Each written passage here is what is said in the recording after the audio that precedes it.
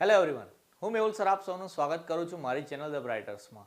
તો આજનો જે વિડીયો છે આપણો કોમ્યુનિકેશન સ્કિલ ઇન ઇંગ્લિશની અંદર યુનિટ નંબર 2 ગ્રામર ઉપર છે. તો ઘણા બધા છોકરાઓને ગ્રામરની અંદર તકલીફ છે. એ લોકો મને કહેતા આવ્યા છે કે સર ગ્રામરનું વન શોટ રિવિઝન કરાવો અમને. તો આ વિડીયો એમના માટે જ છે. તો એવું થયું કે આ પ્લેટફોર્મ પર હું નવો આવ્યો છું, તો મને એટલો ઇનફ ટાઈમ નથી મળ્યો કે હું ગ્રામરના દરેક ટોપિકને એક એક કરીને તમને સમજાવું. તો આ વિડીયોની અંદર તમને હું આખું એક પેપર સોલ્યુશન મતલબ કે લાસ્ટ યરનું પેપર બતાવું કે એની અંદર ગ્રામરના કયા ટોપિક કેટલા માર્કમાં પૂછાય છે અને કયું તમને સહેલું પડે, કઈ તમે એમાં વધારે માર્ક સ્કોર કરી શકો, એ બધી વસ્તુ તમને અત્યારે સમજાવી દઈશ. બરાબર?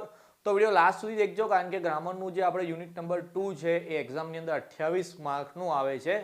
તો એ ઘણું બધું કહેવાય. તો 28માંથી આપણે મેક્સિમમ માર્ક સ્કોર કેવી રીતે કરવાના એ બધી વસ્તુ તમને સમજાવીશ. બરાબર? બીજી એક વાત તમને ખાસ કહેવી છે કે મારા ઇંગ્લિશના વિડીયો પર ઘણા બધા વ્યૂઝ આવે છે, મતલબ કે તમારો એક સારો એવો સપોર્ટ મને મળી રહ્યો છે, પરંતુ જેટલા વ્યૂઝ આવે છે એટલા સબસ્ક્રાઈબર્સ મને મળ્યા નથી. તો તમને એટલી રિક્વેસ્ટ છે કે હું તમારા માટે આટલી મહેનત કરું છું, તો તમે બી મને થોડો સપોર્ટ કરતા રહો. ચેનલ પર નવા આવ્યા હોય તો સબસ્ક્રાઈબ કરવાનું ના ભૂલતા. ઓકે, તો સ્ટાર્ટ કરીએ વિડીયો યુનિટ નંબર 2 આપણો ગ્રામરનો, કે એની અંદર ક્વેશ્ચન નંબર 3 અને 4 ની અંદર એક્ઝામમાં પૂછાતા હોય છે. તો ક્વેશ્ચન નંબર 3A, B અને C એ ગ્રામર પર આવે છે. ઓકે, તો દેખો જરા અહીંયા પેપરમાંથી લીધેલું છે. હવે બીજી વાત કે છોકરાઓ લાસ્ટ યરના પેપર દેખે છે તો અમને એક તકલીફ થઈ ગઈ હતી. ઘણા બધા છોકરાએ મને કોમેન્ટમાં કીધું છે કે 2 પેપર અવેલેબલ છે ઓનલાઈન જીટીયુની સાઇટ ઉપર. એક 2023નું છે અને એક 2022નું છે.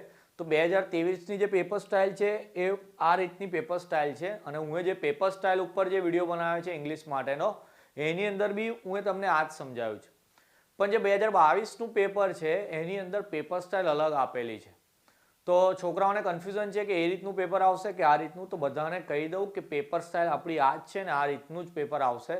પેપર સ્ટાઇલની પીડીએફ અત્યારે અવેલેબલ નહીં સાઇટ ઉપર, કે નથી મારી પાસે કે હું તમને બતાવી શકું, પણ આ રીતનું જ પેપર આવવાનું છે. એ લાસ્ટ યરનું જે પેપર હતું એમાં જીટીયુ ડિપ્લોમા સેમેસ્ટર 1 એવું લખ્યું છે, પણ કૌંસમાં ન્યૂ નથી લખ્યું. તમે બધા ન્યૂ કોર્સના સ્ટુડન્ટ છો તો તમારે આ રીતનું પેપર આવશે. બરાબર? ઓકે, ચાલો. તો ક્વેશ્ચન નંબર 3 એ છે જે અહીંયા ગ્રામરનો ટોપિક છે, કનેક્ટર્સ પર આધારિત છે. ઓકે, એનો બી ક્વેશ્ચન જોઈએ તો એમાં પ્રોપર પ્રેપોઝિશન્સ એવું લખ્યું છે અને સી ની અંદર ટેન્સીસ આપેલા છે. ક્વેશ્ચન 3 ની અંદર એક બીજો ઓર આવશે ક્વેશ્ચન તમારે એની માટે એડજેક્ટિવ ને એડવર્બ એવું આપેલું છે, ઓક્સિલરી વર્બ આપેલું છે, અને ક્વેશ્ચન સી તો એમાં બી સેમ જ છે કે ટેન્સીસને આધારે લખવાનું છે. તો આપણે એવું જોઈએ કે બેમાંથી કયો ક્વેશ્ચન આપણે ઇઝીલી કરી શકીએ છીએ. બરાબર? તો કનેક્ટર વાળો જે ટોપિક છે એ બધાને આવડી જાય હોય કે જે લોકો ભલે ગુજરાતી મીડિયમમાંથી આવ્યા હોય એમને તકલીફ પડતી હોય, પણ કનેક્ટર્સ એટલે શું છે? સંયોજકો છે કે બે વાક્યોને જોડવા માટે વચ્ચે શું લગાવવાનું. તો જે વસ્તુ આપણે ગુજરાતીમાં વાપરતા હોય એ જ વસ્તુ ઇંગ્લિશમાં વાપરવાની છે. ઓકે, તો છોકરાઓને ઇંગ્લિશની અંદર તકલીફ પડે એવું મને કહે છે કે સર ગુજરાતી મીડિયમમાંથી આવ્યા છે, બહુ પ્રોબ્લેમ થાય છે. તો એમને હું કહી દઉં કે તમે ગુજરાતી મીડિયમમાં છો તો તમને ગુજરાતી તો આવડે જ છે. તો ગુજરાતી જેવી રીતે એક ભાષા છે એવી રીતે ઇંગ્લિશ બી એક ભાષા છે, તો તમને આવડી જ જાય. શીખવાડું તમને કે એવું માનો કે અહીંયા ક્વેશ્ચન આપે પેલો, ધ ક્રિસ્ટલ ગ્લાસ ઇઝ ખાલી જગ્યા ધ શોકેસ. બરાબર? ટુકડે ટુકડે જો આપણે ગુજરાતી કરીએ તો એવું કે ક્રિસ્ટલની ગ્લાસ છે, કાચની ગ્લાસ એ ખાલી જગ્યા ધ શોકેસ. તો ગુજરાતીમાં કેવું કરીએ કે ભાઈ કાચની ગ્લાસ હોય તે શોકેસ ઉપર મૂકેલી છે. શોકેસ ઉપર એવું કીધું તો ઉપરને ઇંગ્લિશમાં શું કહેવાય? તો આપણે બધા જાણતા હોય. શું કહેવાય? ઓન. તો આનો આન્સર તમારો ઓન આવશે. આવી રીતે ખાલી કનેક્ટર્સ એટલે કે વાક્યોને કનેક્ટ કરવા માટે વચ્ચે કયો સંયોગ લગાવવાનો છે એ જ વસ્તુ શીખવાની છે. દેખો જરા, શું કહે છે? ગુજરાત ઇઝ ખાલી જગ્યા રાજસ્થાન એન્ડ મહારાષ્ટ્ર. તો ગુજરાત મતલબ નકશો તો આપણે બધાને ખબર છે કે ગુજરાત જે છે રાજસ્થાન ને મહારાષ્ટ્રની વચ્ચે આવેલું છે. વચ્ચે એટલે શું થઈ ગયું? Between. Okay, Gujarat is between Maharashtra and Rajasthan. તો અહીંયા આપણે જે સંયોજક યુઝ કર્યું તે બિટવીન થઈ ગયું. ચલો, થર્ડમાં જોઈએ તો પર્સન ખાલી જગ્યા is in black suit is my uncle. ચાલો ટુકડે ટુકડે ગુજરાતી કરીએ કે વ્યક્તિ કે કાળા સૂટમાં છે એ મારા કાકા છે. તો જે વ્યક્તિ કાળા સૂટમાં છે, ધ પર્સન હુ ઇઝ. બરાબર? વ્યક્તિ માટે તો હુ વપરાય. ચલો આ વસ્તુ સમજાઈ દઉં કે કનેક્ટરની અંદર થોડું કન્ફ્યુઝન આવે તો કઈ જગ્યાએ શું વાપરવાનું એના માટે થોડાક પોઈન્ટ્સ બતાવી દઉં તમને. કે હુ હોય, હુ. બરાબર? તો એ વ્યક્તિ માટે વપરાય. પછી whom હોય, whom, WHOM, તો વ્યક્તિનું મતલબ કોનું કોની એવું હોય ને, તો કોઈ વ્યક્તિ માટે જો યુઝ કરતા હોય તો whom આવશે. પણ ઇન કેસ એવું થયું કે whom ની જગ્યાએ which એવો બી શબ્દ વપરાઈ જાય, which, તો which એવી જગ્યાએ વપરાય કે જ્યાં વ્યક્તિ માટેનો ઉલ્લેખ ના થયો હોય. બરાબર. હવે જેમ કે આ પેનની વાત કરીએ તો this is a pen which is in my hand, તો જે મારા હાથમાં છે, તો એવી જગ્યાએ આપણે વ્યક્તિ નથી, કોઈક પેનની વાત ચાલે તો ત્યાં which નો યુઝ કરીશું. બરાબર. તો કનેક્ટરની અંદર થોડીક આવી વસ્તુ આવે એનું આપણે ધ્યાન રાખવાનું છે. તમને પેપર સોલ્યુશન કરાવું તો આગળનો ક્વેશ્ચન જોઈએ આપણે. તો અહીંયા આગળ કનેક્ટરના 3 જ ક્વેશ્ચન આપેલા હતા, તો આ રીતે આપણે સોલ્વ કર્યા. ઇંગ્લિશ મીડિયમમાં હશે જે લોકો શીખેલા હશે કનેક્ટર્સ એમને તો કોઈ વાંધો નહીં આવે, પણ ગુજરાતી મીડિયમવાળા છોકરાઓ હોય જેમને તકલીફ આવતી હોય તો તમને એક સિમ્પલ મેથડ શીખવાડું છું કે વાક્યનું ટુકડે ટુકડે ગુજરાતી કરી દેવાનું. ગુજરાતીમાં જે વસ્તુ લાગતી હોય એ જ વસ્તુ અહીંયા અંગ્રેજીમાં લાગશે. બરાબર. ચલો, બીની અંદર આવે છે પ્રેપોઝિશન. તો પ્રેપોઝિશનની અંદર બી એવું છે કે તમને અહીંયા ઓપ્શન આપેલા હોય છે, તો તમે એ જ રીતે એનું મતલબ એનો આન્સર સિલેક્ટ કરી શકો. He felt bad, ખાલી જગ્યા no reason at all. બરાબર. તો અહીંયા એવું કહે કે ખાલી જગ્યા રીઝન એટલે કોઈ રીઝન વગર એને શું થાય છે, દુઃખ થાય છે કોઈ રીઝન વગર. તો he felt bad for no reason at all.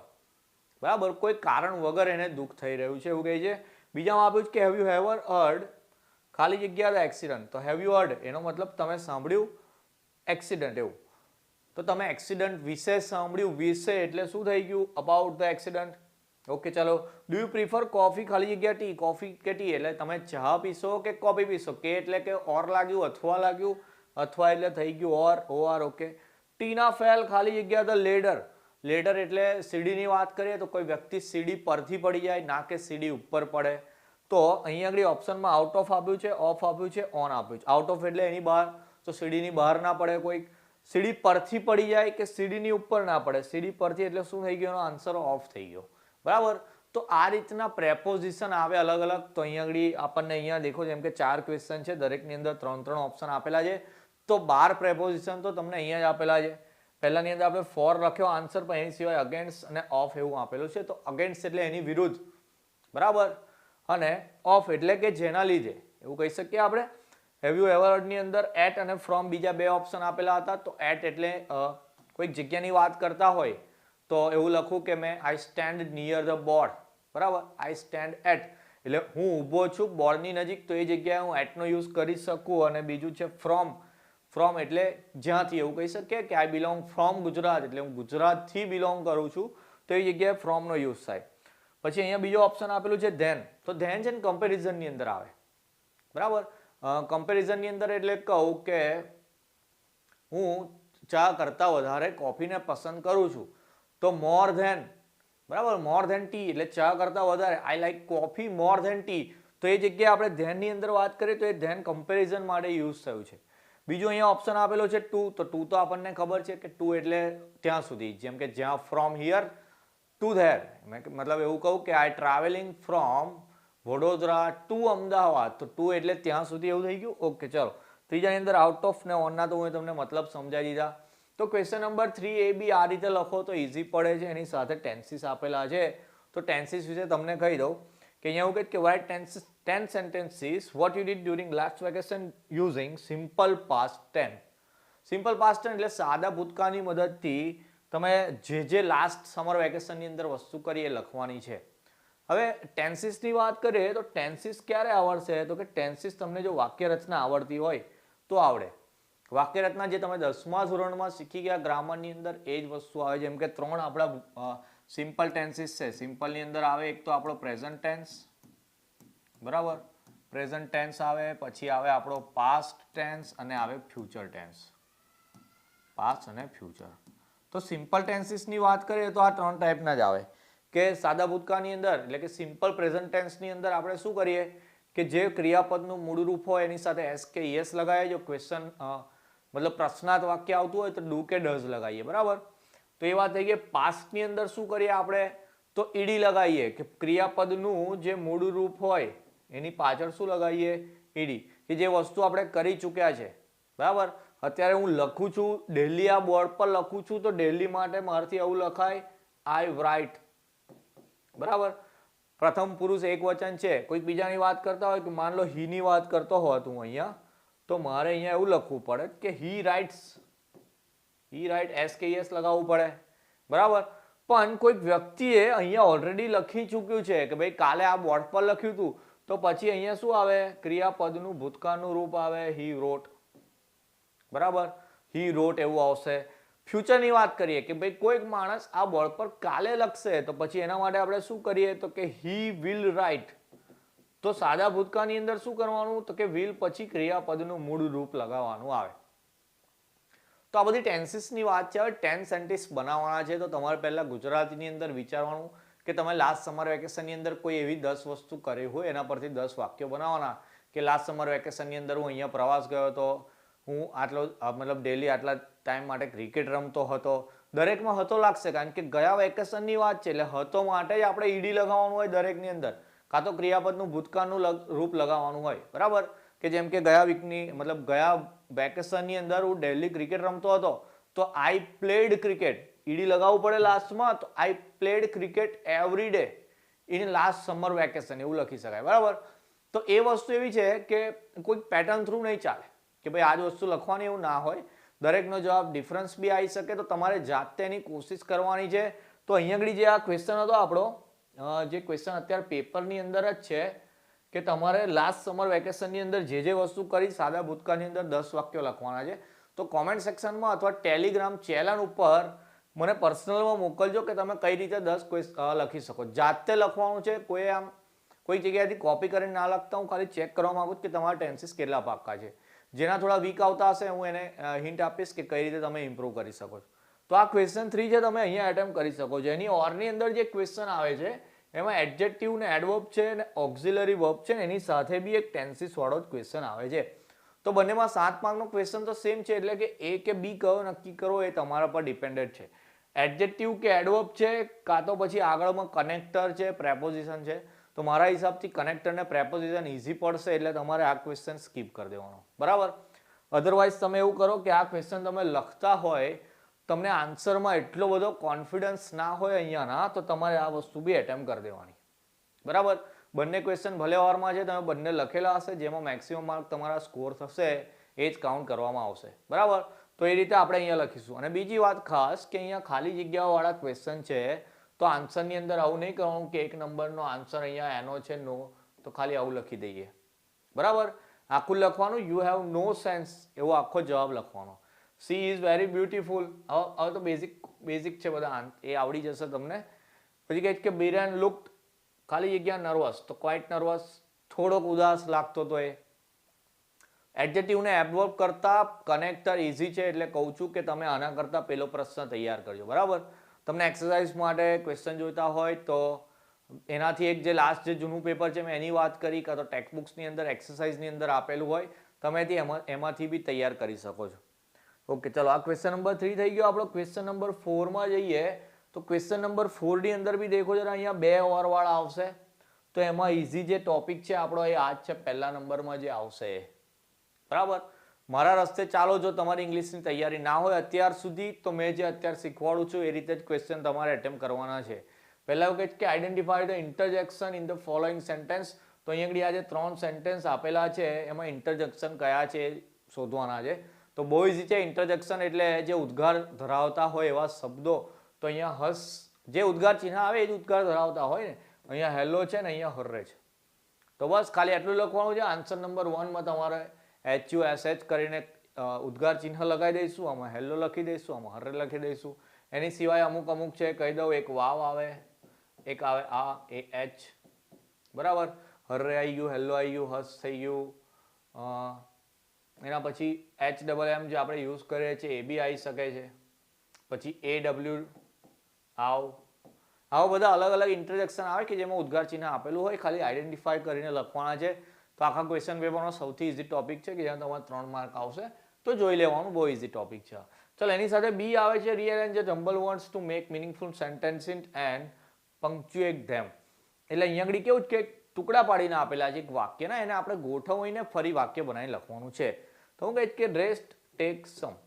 તો ફરી એકવાર કહી દઉં, એ જે શબ્દો આપેલા હોય એનું ગુજરાતી કરીને એને આપણે ગુજરાતીમાં વાક્ય બનાવીને પછી એને ઇંગ્લિશમાં લખવાનું. રેસ્ટ એટલે આરામ, ટેક એટલે થોડોક કરો, ઓકે, સમ એટલે થોડો થઈ ગયો, થોડો આરામ કરો એટલે આપણે એને ઇંગ્લિશમાં કેવું કહીએ તો કે ભાઈ ટેક સમ રેસ્ટ. આ તો રૂટીનમાં આપણે યુઝ કરતા હોય એવા વાક્યો હશે તો એ તો તમને ઇઝીલી આવડી જશે. બીજામાં એવું કહે કે back yesterday a cake mother my. Mother my એટલે મારી મમ્મી, એ કેક બેક એટલે બનાવી, યસ્ટરડે તો મારી મમ્મીએ ગઈકાલે કેક બનાવી એવું થઈ ગયું. તો માય મધર પછી એવું લખીશું બેક્ડ કેક યસ્ટરડે. બરાબર. યસ્ટરડે એક એવો વર્ડ છે કે તમે પહેલા કે છેલ્લા બંને જગ્યાએ યુઝ કરી શકો છો. ઓકે, ચાલો. Finish well homework, my dinner, my in time I. Okay, ચાલો. આઈ એટલે પહેલું જ ક્રિયા મતલબ કરતા છે તો આઈ થી સ્ટાર્ટ કરીએ. તો I finish my homework well in time, કે હું મતલબ કમ્પ્લીટ ટાઈમની અંદર મારું હોમવર્ક ફિનિશ કરી દઉં છું. ઓકે, ચાલો. Book whose this is. તો હુઝ બુક ઇઝ ધીસ, આ કોની ચોપડીઓ છે? આ રીતે તમારે ગોઠવીને લખવાનું છે. હવે આની અંદર બી એવું છે કે કોઈક નિયમ લાગુ પડતા નથી. બરાબર. નિયમ હોય પણ એ નિયમથી સમજવા જાઓ કે ભાઈ પહેલા કર્તા લગાવવાનું, પછી ક્રિયાપદનું મૂળરૂપ લગાવવાનું આવે, એની સાથે સહાયકારક ક્રિયાપદ હોય તો એ લગાવવાનું. એ બધી રીતે સમજવા જાઓ તો થોડું લેન્ધી થઈ જાય. ટાઈમ ઓછો છે એટલે એ રીતે નહીં સમજાવતો. બરાબર. તો તમારે શું કરવાનું છે કે આવા બીજા 10 ટુકડાવાળા ક્વેશ્ચન લઈ લેવાના, એના પરથી મિનિંગફુલ સેન્ટેન્સ બનાવવાનું. તો તમે પ્રેક્ટિસ કરશો તો આ વસ્તુ તમને આવડી જશે. ઓકે, બહુ અઘરું નથી, થોડીક પ્રેક્ટિસની જરૂર છે. હવે તમે એક્ઝામની એકદમ નજીક છો તો ઇનફ ટાઈમ નથી, તો બી તમારે 10-15 તમારે આવી રીતે ટ્રાય કરી લેવાના. ઓકે, ચાલો. સી ની અંદર આવે છે filling the blanks using appropriate form of the verb, અને જે ઓર ની અંદર ક્વેશ્ચન હતો એમાં બી અહીંયા એવું જ છે યુઝિંગ ધ રાઇટ વર્બ. એનો મતલબ કે જે રીતે પહેલામાં ટેન્સીસ કોમન હતું એવી રીતે અહીંયા વર્બ ફોર્મ્સ વાળું કોમન છે. તો વર્બ ફોર્મ્સ બી ક્યારે આવડે તમને? કે જો તમારા ટેન્સીસ ક્લિયર હોય તો. ટેન્સીસની અંદર જે વાક્ય રચનાઓ આવે કે સાદા ભૂતકાળની, સાદા ભવિષ્યકાળની, ચાલુ વર્તમાનની, બરાબર, ચાલુ પૂર્ણ વર્તમાનની, પૂર્ણ વર્તમાનકાળની, એ બધી જો વાક્ય રચના તમને ફાવે તો તમે આ કરી શકો છો ઇઝીલી. કે જેમ કે કેવી રીતે ઓળખવાનું કે કયો ટેન્સ છે? તો પહેલાની અંદર અહીંયા નેક્સ્ટ વીક એવું જોવા મળે તો નેક્સ્ટ વીક એટલે આવતા અઠવાડિયે એટલે ફ્યુચર થઈ ગયો. ફ્યુચર ટેન્સની વાત થઈ ગઈ તો ફ્યુચર ટેન્સ એટલે ભવિષ્યકાળ, તો એમાં વિલ પછી ક્રિયાપદનું મૂળરૂપ લગાવવાનું. તો મૂળરૂપ તો આપેલું છે ગો, તો વિલ જોડે લગાવવાનું એટલે આનો આન્સર તમારો થઈ જાય વિલ ગો. બરાબર. ફરી એકવાર કહી દઉં, આન્સરમાં એકલી ખાલી જગ્યાનો જવાબ નહીં લખવાનો, આખો ક્વેશ્ચન લખવાનો અને આને અંડરલાઈન કરી દેવાની જે તમારો આન્સર હોય તે. લેટ હિમ ખાલી જગ્યા ટીવી, કૌંસમાં આવી જાય વોચ. હવે જેમ કે ઘરમાં નાનું છોકરું હોય, આપણે એવું કહીએ કે એને ટીવી જોવા દે, એટલે અત્યારની વાત છે ને ચાલુ વર્તમાન કાળની, તો લેટ હિમ વોચ ટીવી, ભાઈ એને ટીવી જોવા દો. ભવિષ્યની વાત નથી કે ના તો ભૂતકાળની વાત છે. ધ સન ખાલી જગ્યા લાઇટ એન્ડ હીટ. હવે સૂર્ય આપણને લાઇટ અને ગરમી આપે છે, તો ભાઈ ગઈકાલે આપતો તો એવું નથી, આવતીકાલે આપે એવું નહીં, કે આજે આપે છે એવું નહીં, એ તો ડેલી આપે છે. સાદા ભૂતકાળની વાત થઈ ગઈ. સન એટલે શું થઈ ગયું? ત્રીજા પુરુષ એક વચનની અંદર આવે એટલે એમાં શું લગાવવું પડે? એસ કેયુએસ. તો સન ગિવ્સ થઈ ગયું અહીંયા, સન ગિવ્સ. કેયુર ખાલી જગ્યા in my school last year. Last year, ચાલો સાદો ભૂતકાળ થઈ ગયો. કોઈ કેયુર મારી જોડે ગઈ સાલ ભણતો હતો, સ્ટડી એવું કીધું છે તો શું કરવાનું? ઈડી લગાવવાનું. તો કેયુર